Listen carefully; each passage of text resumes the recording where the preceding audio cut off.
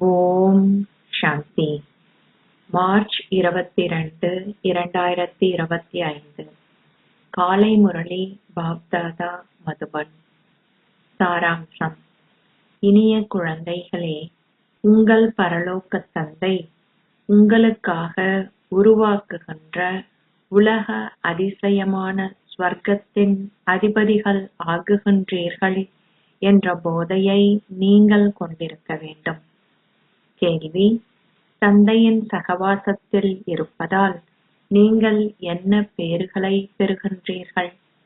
பதில்: தந்தையின் சகவாசத்தில் இருப்பதால் நாங்கள் முக்திக்கும் ஜீவன் முக்திக்குமான உரிமையை கோருகின்றோம்.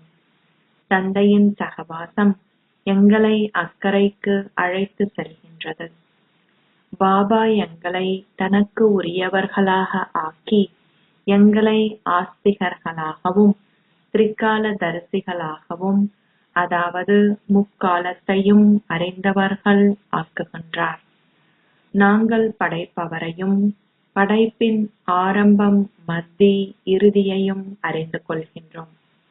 பாடல்: ஓ மனிதனே, பொறுத்திரு, உனது சந்தோஷ நாட்கள் வரவிருக்கின்றன. ஓம் சாந்தி. இதனை கூறியவர் யார்? தந்தையே இதனை குழந்தைகளுக்கு கூறுகின்றார்.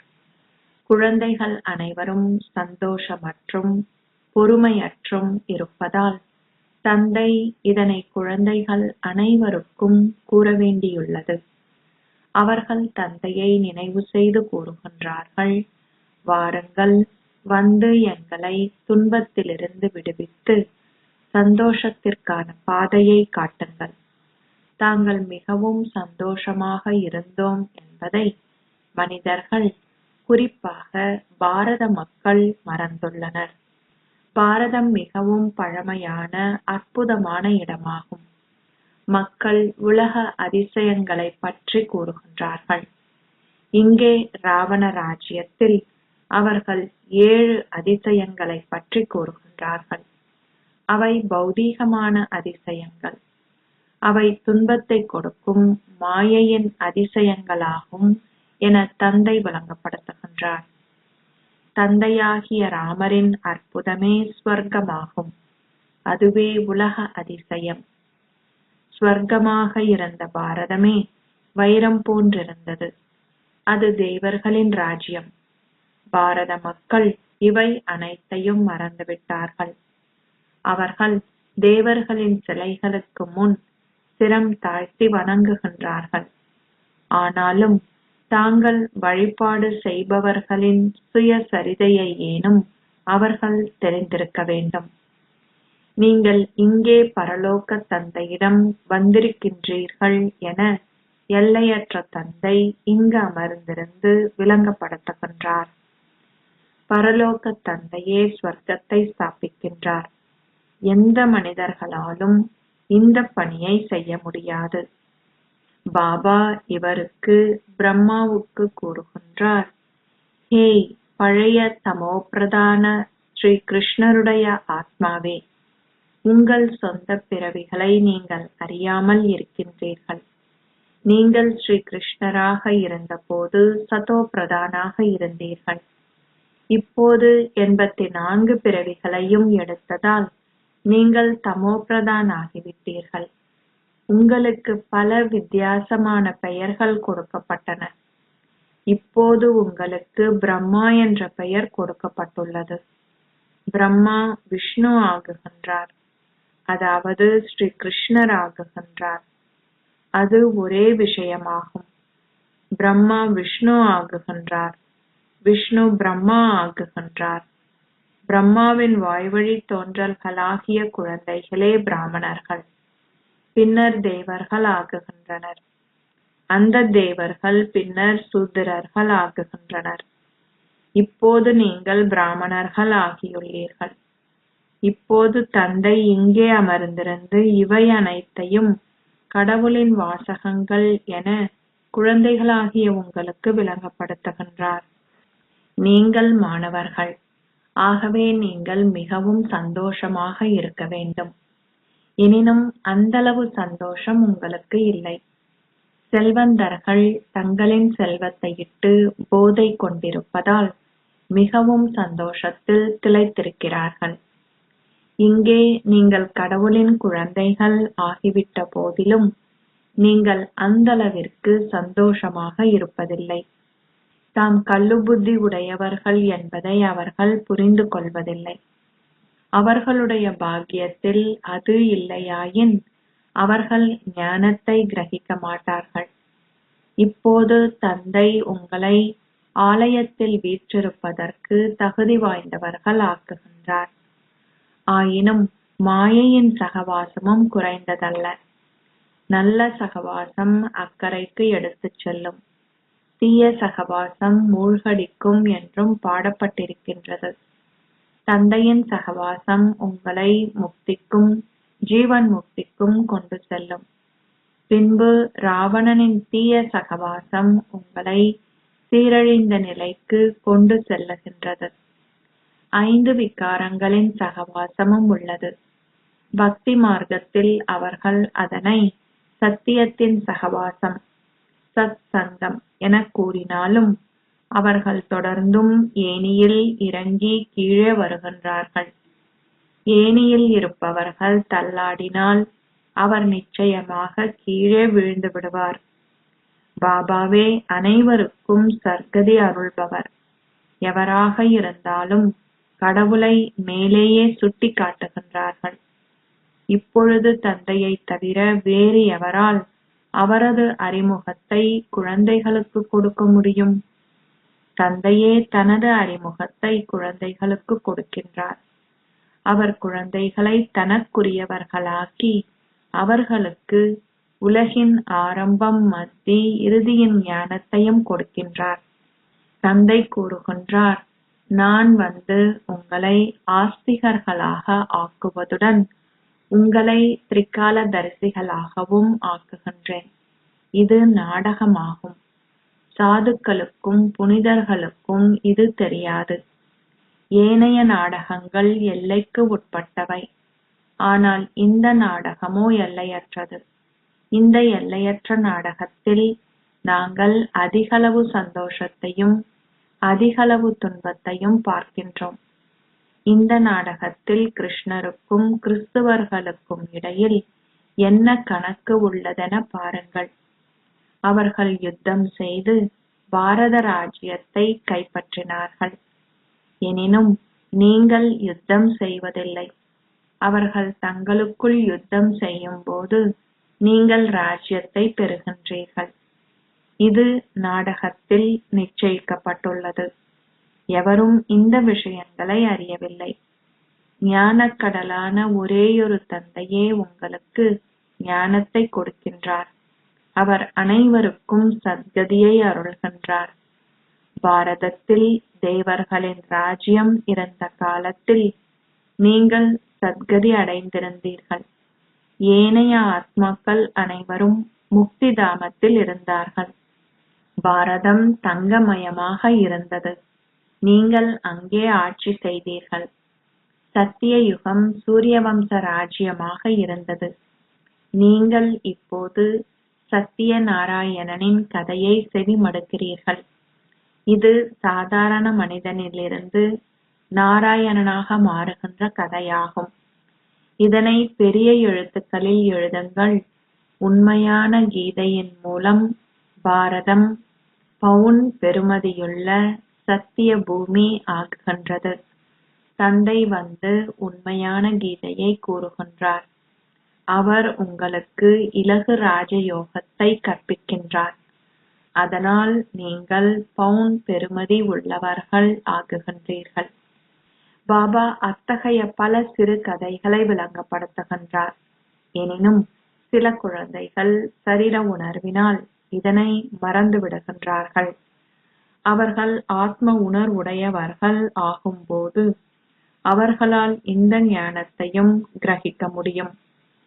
சரீர உணர்வுடையவர்களாக இருப்பதாலேயே அவர்களால் இதனை கிரகிக்க முடியாதுள்ளது. தந்தை இப்போது விளங்கப்படுத்துகின்றார். நான் சர்வ வியாபி என நான் கூறவில்லை. என்னை நீங்கள் தாயும் தந்தையும் என்று அழைக்கின்றீர்கள். இதன் அர்த்தம் என்ன?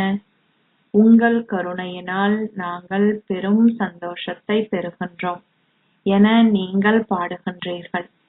எனினும் இப்போது துன்பம் உள்ளது. இந்த புகழ் எந்த காலத்திற்கு உரியது? அவர்கள் இதனையுமே புரிந்து கொள்ளவில்லை. பறவைகள் விளக்கம் எதுவும் இன்றி கீச்சிடுவதைப் போல அவர்களும் எதனையும் புரிந்து கொள்ளாது தொடர்ந்தும் கீச்சிடுகின்றார்கள். தந்தை இங்கமர்ந்திருந்து விளங்கப்படுத்துகின்றார். அவை அனைத்தும் நியாயமற்றவை. உங்களை நியாயம் அற்றவர்களாக ஆக்கியது யார்? ராவணன். பாரதம் சத்திய பூமியாக இருந்த காலத்தில் அனைவரும் உண்மையையே பேசினார்கள். களவெடுத்தல், ஏமாற்றுதல் போன்றன இருக்கவில்லை. இங்கே களவெடுத்தல் போன்றவை அதிகளவு இடம்பெறுகின்றன. முழு உலகிலும் ஏமாற்றுதல் மாத்திரமே நிறைந்துள்ளது. இந்த உலகம் துன்ப உலகமான, பாவகரமான உலகம் என்று அழைக்கப்படுகின்றது. சத்திய யுகம் சந்தோஷ உலகமென அழைக்கப்படுகின்றது. இது விக்காரம் நிறைந்த விலை மாதர் இல்லமாகும். சத்திய யுகம் சிவாலயம் ஆகும்.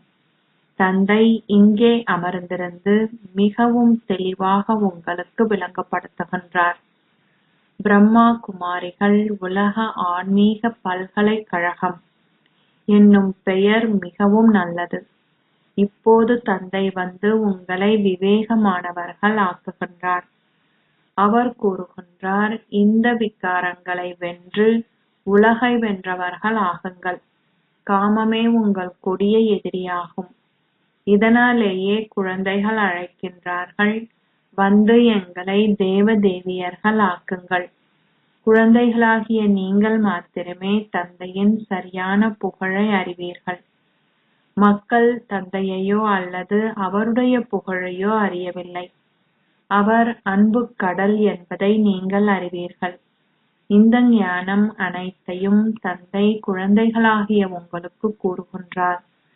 அவருடைய இந்த அன்பு உங்களுக்கானது. ஓர் ஆசிரியர் மாணவர்களுக்கு கற்பிப்பதால் எதுவும் அற்றவர்களாக இருந்த மாணவர்கள் மகான்கள் ஆகுகின்றார்கள். குழந்தைகளாகிய நீங்கள் தந்தையைப் போல் அன்பு கடலாக வேண்டும். நீங்கள் அனைவருக்கும் அதிக அன்புடன் விளங்கப்படுத்த வேண்டும். தந்தை கூறுகின்றார், நீங்கள் ஒருவர் மீது ஒருவர் அன்பு கொண்டிருக்க வேண்டும். தந்தையின் அறிமுகத்தை கொடுப்பதே முதற்தரமான அன்பாகும். இந்த மறைமுகமான தானத்தை செய்ய வேண்டும். ஒருவர் மீது ஒருவர் எவ்விதமான விருப்பமின்மையும் கொண்டிருக்க கூடாது. அவ்வாறிருந்தால் நீங்கள் தண்டனையை அனுபவம் செய்ய நேரிடும். நீங்கள் எவரையாவது அலட்சியப்படுத்தினால் தண்டிக்கப்படுவீர்கள். ஒருபோதும் எவரையும் வெறுக்காதீர்கள். எவரையும் அலட்சியப்படுத்தாதீர்கள். நீங்கள் சரீர உணர்வுடையவர் ஆகுவதால் தூய்மையற்றவர்கள் ஆகுகின்றீர்கள். தந்தை உங்களை ஆத்ம உணர்வு உடையவர்களாக ஆக்குவதால் நீங்கள் தூய்மை ஆகுகின்றீர்கள். அனைவருக்கும் விளங்கப்படுத்துங்கள். 84 பிறவிகளின் சக்கரம் இப்பொழுது முடிவடைந்து விட்டது. சூரிய வம்சத்து சக்கரவர்த்திகள் சக்கரவர்த்தினிகளாக இருந்தவர்களே இப்போது 84 பிறவிகளையும் எடுத்ததால் கீழே இறங்கி வந்து நிலத்தில் வீழ்ந்து விட்டார்கள். தந்தை இப்பொழுது மீண்டும் உங்களை சக்கரவர்த்திகள் சக்கரவர்த்தினிகள் ஆக்குகின்றார்.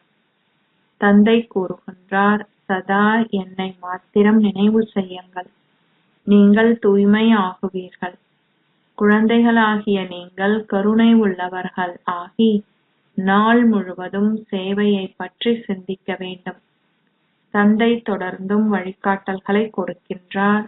இனிய குழந்தைகளே, கருணை உள்ளவர்களாக ஆகுங்கள்.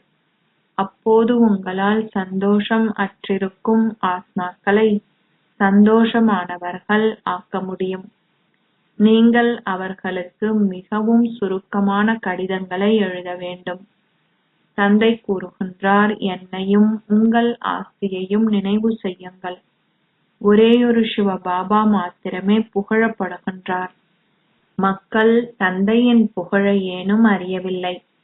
நீங்கள் ஒரு கடிதத்தை ஹிந்தியிலும் எழுதலாம். குழந்தைகளாகிய உங்களுக்கு சேவை செய்வதில் ஆர்வம் இருக்க வேண்டும். அநேக மக்கள் தற்கொலை செய்து கொள்ள முயற்சிக்கின்றார்கள். அவர்களுக்கு விளங்கப்படுத்துங்கள், தற்கொலை செய்வது மிக பெரிய பாவமாகும். இப்போது சிவபாபாவே குழந்தைகளாகிய உங்களுக்கு ஸ்ரீமத்தை கொடுக்கின்றார். அவர் ஸ்ரீ ஸ்ரீ சிவபாபா ஆவார். அவர் உங்களை ஸ்ரீ லக்ஷ்மி ஸ்ரீ நாராயணனாக ஆக்குகின்றார். அவர் மாத்திரமே ஸ்ரீ ஸ்ரீ ஆவார். அவர் என்றுமே சக்கரத்தினுள் வருவதில்லை. நீங்கள் ஸ்ரீ எனும் பட்டத்தை பெறுகின்றீர்கள். இந்த நாட்களில் அனைவருக்கும் ஸ்ரீ என்றும் பட்டம் கொடுக்கப்படுகின்றது. அந்த விக்காரமற்ற மக்களுக்கும் இந்த விக்காரமுள்ள மக்களுக்கும் இடையில் மிக பெரிய வித்தியாசம் உள்ளது. இது பகலுக்கும் இரவுக்கும் உள்ள வித்தியாசம். தந்தை தொடர்ந்தும் ஒவ்வொரு நாளும் விளங்கப்படுத்துகின்றார், முதலில் ஆத்ம உணர்வுடையவர் ஆகுங்கள், பின்னர் செய்தியை அனைவருக்கும் கொடுங்கள். நீங்களும் தூதுவரின் குழந்தைகள் ஆவீர்கள். ஒரேயொருவரே அனைவருக்கும் சத்கதி அருள்பவர் ஆவார். சமயத்தை ஸ்தாபித்தவர்கள் குரு என அழைக்கப்பட மாட்டார்கள். ஒரேயொருவர் மாத்திரமே சத்கதியை அருள்பவர் ஆவார். அச்சா, இனிமையிலும் இனிமையான அன்புக்குரிய, எப்போதோ தொலைந்து இப்போது கண்டுபிடிக்கப்பட்டிருக்கும் குழந்தைகளுக்கு உங்கள் தாய் தந்தையாக இருக்கும் பாப் தாதாவின் அன்பும் நினைவுகளும் காலை வந்தனங்களும். ஆன்மீக தந்தை ஆன்மீக குழந்தைகளுக்கு நமஸ்தே சொல்கிறார். ஆன்மீக குழந்தைகள் ஆன்மீக தந்தைக்கு நமஸ்தே சொல்கின்றனர். தாரணைக்கான சாராம்சம் 1. நீங்கள் எவர் மீதும் விருப்பம் இன்மையையோ வெறுப்பையோ கொண்டிருக்க கூடாது. கருணை உள்ளவர்களாகி சந்தோஷம் அற்றிருக்கும் ஆத்மாக்களை சந்தோஷம் ஆக்குகின்ற சேவையை செய்யுங்கள். தந்தையைப் போல மாஸ்டர் அன்பு கடல் ஆகுங்கள். 2. நீங்கள் கடவுளின் குழந்தைகள் எனும் போதையிலும் சந்தோஷத்திலும் நிலைத்திருங்கள். ஒருபோதும் மாயையின் தீய சகவாசத்திற்குள் செல்லாதீர்கள். ஆத்ம உணர்வு உடையவர்களாகி ஞானத்தை கிரகியுங்கள். ஆசீர்வாதம். நீங்கள் தந்தையைப் போல் ஆசீர்வாதங்களை அருள்பவராகி மாஸ்டர் இதயங்களுக்கு சௌகரியம் அளிப்பவராகி ஒவ்வொருவரின் இதயத்திற்கும் சௌகரியம் அளிப்பீர்களாக. ஆசீர்வாதங்களின் ஸ்வரூபங்களாகவும் தந்தையைப் போல் ஆசீர்வாதங்களை அருள்பவர்களாகவும் இருக்கும் குழந்தைகள் ஒருபோதும் எவருடைய பலவீனங்களையும் பார்ப்பதில்லை. அவர்கள் எல்லோருக்கும் கருணை காட்டுகிறார்கள். எப்படி தந்தை தனது இதயத்தில் எவரின் பலவீனங்களையும் ஒருபோதும் வைத்திருப்பது இல்லையோ, அதேபோல் ஆசீர்வாதங்களை அருள்பவர்களாக இருக்கும் குழந்தைகள் ஒருபோதும் எவரின் பலவீனங்களையும் கிரகிப்பதில்லை. அவர்கள் ஒவ்வொருவரின் இதயத்திற்கும் சௌகரியம் அளிக்கும் மாஸ்டர் இதயங்களுக்கு சௌகரியம் அளிப்பவர்கள் ஆவார்கள். ஆகவே அவர்கள் சகபாடிகளாக இருந்தால் என்ன, அல்லது பிரஜைகளாக இருந்தால் என்ன, எல்லோரும் அவர்களின் புகழை பாடுகிறார்கள். எல்லோரிடமிருந்தும் அவர்களுக்காக வெளிப்படும் ஆசீர்வாதமானது நீங்கள் சதா அன்பானவர்களும் ஒத்துழைப்பவர்களும் ஆவீர்கள் என்பதே ஆகும். ஸ்லோகம். சங்கம யுகத்தில் மேன்மையான ஆத்மாக்கள் கவலையற்ற சக்கரவர்த்திகள் ஆவார்கள். அவ்யக்த சமிக்கை. சத்தியம் மற்றும் நல்ல பண்புகளின் கலாச்சாரத்தை கடைபிடியுங்கள். உங்களின் பண்புகளை கைவிடுவதன் மூலம் ஒருபோதும் சத்தியத்தை நிரூபிக்க முயற்சி செய்யாதீர்கள். நல்ல பண்புகளின் அடையாளம் பணிவாகும். இந்த பணிவானது இலகுவாக இந்த மேல் புதுப்பித்தலை நீங்கள் செய்ய வைக்கிறது. இந்த ஞானத்தின் சக்தியானது அமைதியும் அன்பும் ஆகும். நீங்கள் கோபத்தை, அறியாமை சக்தியை மிக நன்றாக உங்களின் சமஸ்காரம் ஆக்கியுள்ளீர்கள். அத்துடன் நீங்கள் தொடர்ந்தும் அதை பயன்படுத்துகிறீர்கள். அதன் பின்னர் நீங்கள் தொடர்ந்தும் மன்னிப்பும் கேட்கிறீர்கள். அதேபோல் இப்போது ஒவ்வொரு நற்குணத்தையும், இந்த ஞானத்தின் ஒவ்வொரு கருத்தையும் உங்களின் சமஸ்காரம் ஆக்குங்கள். நீங்கள் தொடர்ந்து நல்ல பண்புகளை விருத்தி செய்வீர்கள். ஓம் சாந்தி. மாதேஸ்வரியின் பெருமதிமிக்க மேன்மையான வாசகங்கள். 1. தவறுகளை செய்யும் ஞானி குழந்தைகளின் 100 மடங்கு தண்டனை இதுவாகும். நீங்கள் இந்த ஞானத்தின் அழியாத யாகத்திற்கு வந்துள்ளீர்கள். அத்துடன் பரமாத்மாவின் கையை பற்றி பிடித்துள்ளீர்கள். எனவே நீங்கள் ஏதாவது ஒரு காரணத்தால் ஏதாவது பாவம் செய்தால் அதற்கான பாவம் மிகவும் கடுமையானது.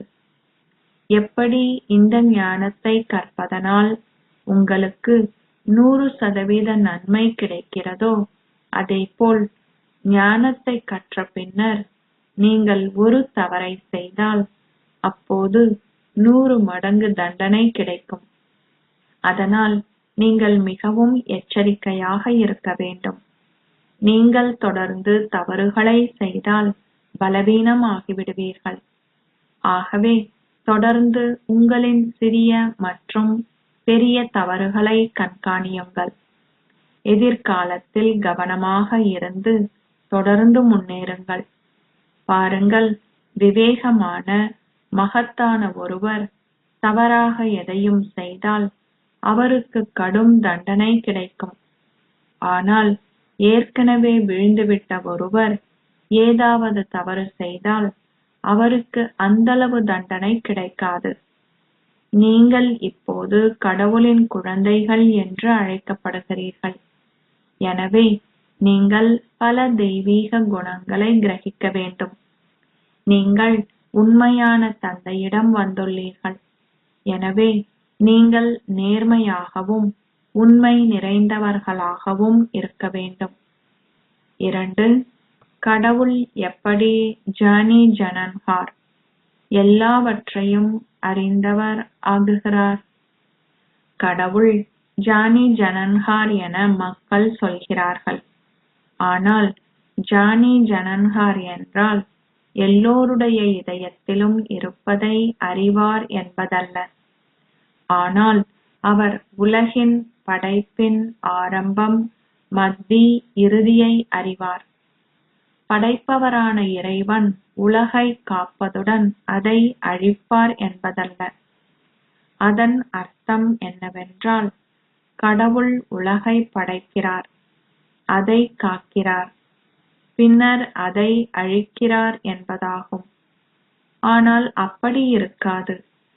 மனிதர்கள் தமது கர்ம கணக்குகளுக்கு ஏற்பவே பிறவி எடுக்கிறார்கள். எனவே கடவுள் அமர்ந்திருந்து அவர்களின் நல்ல மற்றும் தீய எண்ணங்களை அறிந்து கொள்கிறார். இந்த ஞானம் இல்லாதவர்களின் இதயங்களில் என்ன இருக்கிறது என்பதை அவர் அறிவார் என்று அர்த்தமில்லை. அவர்கள் நாள் முழுவதும் மாயையின் எண்ணங்களை கொண்டிருப்பார்கள். ஆனால் ஞானி ஆத்மாக்கள் தம்மில் தூய எண்ணங்களை கொண்டிருப்பார்கள். எவ்வாறாயினும் அவர் அமர்ந்திருந்து ஒவ்வொரு எண்ணத்தையும் வாசித்தறிவார் என்பதல்ல. ஆனால் ஆத்மாக்கள் எல்லோரும் இப்போது சீரழிந்த நிலையை அடைந்துள்ளார்கள் என்பதை கடவுள் அறிவார். ஆகவே ஜானி ஜனன்ஹார் கடவுள் அவர்களுக்கு எப்படி சத்கதி கொடுப்பது என்ற ஞானம் அனைத்தையும் கொண்டிருக்கிறார். தமது செயல்களில் சீரழிந்துள்ள மக்களுக்கு எப்படி மேன்மையான செயல்களை செய்து தமது கர்ம பந்தனங்களில் இருந்து அவர்கள் விடுபட வேண்டும் என கற்பிக்க வேண்டும். கடவுள் இதை அறிவார். கடவுள் கூறுகிறார், படைப்பவரான என்னை பற்றிய ஞானத்தையும் எனது படைப்பின் ஆரம்பம், மத்தி, இறுதியின் ஞானத்தையும் நான் அறிவேன். நான் இந்த விழிப்புணர்வை உங்கள் எல்லோருக்கும் வழங்குகிறேன். இப்போது குழந்தைகளான நீங்கள் அந்த தந்தையின் நினைவில் சதா இருக்க வேண்டும். அப்போது மட்டுமே நீங்கள் பாவங்கள் அனைத்திலிருந்தும் விடுபடுவீர்கள். அதாவது அப்போது மட்டுமே நீங்கள் அமரலோகத்திற்கு செல்வீர்கள். இவை அனைத்தையும் அறிந்திருப்பதே ஜானி ஜனன்ஹாராக இருத்தல் எனப்படுகிறது. அச்சா. ஓம் சாந்தி.